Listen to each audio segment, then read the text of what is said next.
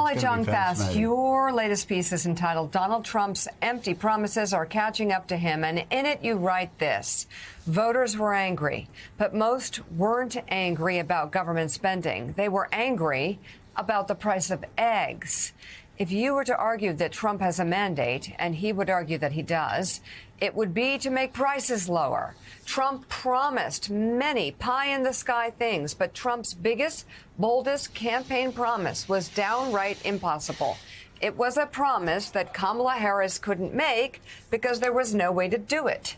Trump vowed to immediately reverse inflation and to immediately make things cheaper. Harris couldn't promise that because even with the most aggressive government intervention, there is no realistic way to do it. But instead of bringing prices down on day one or even month one, Trump is doing the exact opposite. He's enacted a trade war and let Elon Musk take a chainsaw to the federal government, both of which have caused market uncertainty. Suddenly, the man who said he was going to make everything cheaper on day one can't even rule out a recession on his watch and has instead mused about a quote, period of transition. Yeah. So who's going to feel the pain of that period of transition? Not him. Right. Well, certainly. Yeah. Not Elon Musk. Yeah. But, you know, the thing is, Molly, we had Tom Rogers on the other day, and Tom said you can't lower prices that much too quickly because that's called deflation, and that's even more dangerous than inflation. So, again, this promise that everything was going to go back to 2019 prices, just not realistic under any scenario. Yeah, I mean, it was, look, when you look back at a lot of the promises Trump made, a lot of them were undoable, right? He's going to make IVF, make insurance companies pay for IVF, you know, not doable and not interested. He's not interested in that, right?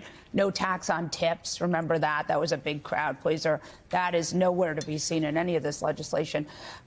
Look, tariffs are inflationary. This is not rocket science. This is very clear. And what is happening here is the markets are reacting to uncertainty, which they don't like. The way the tariffs are going are very uncertain. They're on, they're off, they're on, they're off. And this is creating an atmosphere that does not need to be created. Like, all of this is created by Trump for Trump. You know, there's no reason why any of this has to happen, right? There's no reason that we have to have a trade war with China. This is a choice, and it's unnecessary. And also, if you look at the sort of thought behind this election, 9 out of 10 voters said, and again, we never know why people actually vote, but they said they were voting on the economy and inflation, and they were mad about inflation. And so if they're mad about inflation, the thing you would want your president to do would be not to drive up prices.